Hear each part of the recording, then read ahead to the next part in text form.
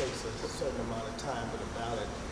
Then in the improvisation, that takes time. So finally, you only play the song 3 times through, and it's 7 minutes already. But what I thought was interesting about what they said was the word buffet. I called Ishmael Reed and asked him to give me another word because I've never heard anyone say buffet in a song. Okay. And the other thing was, which he did, he changed it. And then the other thing is, at the end of the song, I had Gregory Porter say hope, but my producer didn't like that. And also, there was a section in there where they talked about slaughtering of the Jews, and the record company lady didn't like that.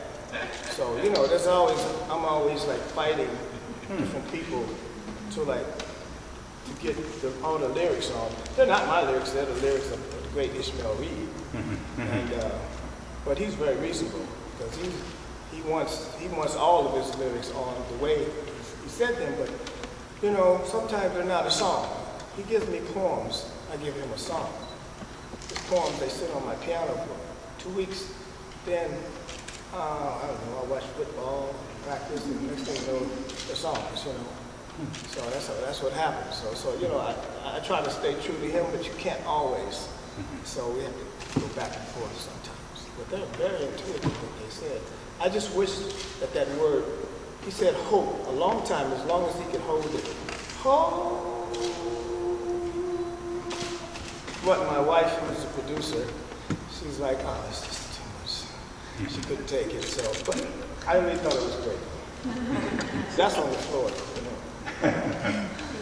Now we open it up for dialogue. This is not a lecture, it's not a presentation, it's a collective conversation. And we invite Mr. Murray and you folks to riff on what you've heard musically in the comments, some of the questions. As alluded, this Dialogic session is everything, taking off on Woody Allen's, everything you always want to know about sex but never dared ask. Well, this is everything you always want to know about sax but never dared ask. So, please, let's have some questions, comments, observations. I can keep reading, but what's neat is the dialogue. Yes, Ms. Montblanc. That was Gregory Porter. Gregory Porter is from Sacramento. Well, he's from Sacramento, California, and he's from the Church of God in Christ. He grew up in Church of God in Christ. Church of God in Christ. It's a Pentecostal church. It's the same church affiliate that I grew up in. My mother was a pianist, and my father played guitar. They're Bishop Cleveland in Berkeley, California. So we share a lot of things. My mother's family, they came out from Oklahoma, and they settled in Fresno, which is very close to Sacramento. So a lot of sharecroppers. We're all like 3 generations from sharecropper families, and so we share a lot of beginnings. And so he's the new male black jazz star. I was lucky to get him because he was just leaving this record company, Motema. Now he's a big Blue Note star. I can't get him anymore. So I can't have him on tour. Yeah, but is he ever going to touch what he touched in there? Well, he writes some very nice things, but no, because when you write your own lyrics as a musician, I don't think we're deep enough to really express what a great poet could write. I mean, I did an opera about Alexander Pushkin, and I worked on it maybe 200 hours, and I got to the point where I was translating Russian and French, every language he spoke in, and stripped it down to the phonetics of the language, even though I don't speak all of these languages. I speak a little French, but Russian is a stretch. So to work with a great poet, even though he was dead 250 some years, you have to go very deep and to put that into music. Even though, I mean, I actually met him one night. I was really tired. He just appeared. I mean, of course, I don't know, I've been writing, I've been drinking, and there he was. He just says, don't mess my stuff up. So anyway, I really believe in letting the writers write the words, because they stand so much stronger than any word that I could write. I'm a musician, and I can accept that. Even some great writers, like we hear music of Stevie Wonder. I mean, he's very gifted. You know, it's not a lot of people like that out there. I could count them on my hand. But great poets, they need their platform too, and I think musicians should share more with the great poets that we have out here. So are the words by great reporters as well? No, Ishmael Reed. Ishmael Reed is one of our great writers in America. He's very famous. Ishmael Reed. He's very famous. Well, one of his books was Mumbo Jumbo. No. And he's written a lot of books, but that was the best seller.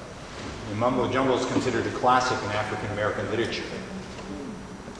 Now, folks, it's rare that you get down with a Grammy Award winning musician who talks to you about transcendental meditation in the nude, or talks to you about working on lyrics and maybe under the influence. This is really informal.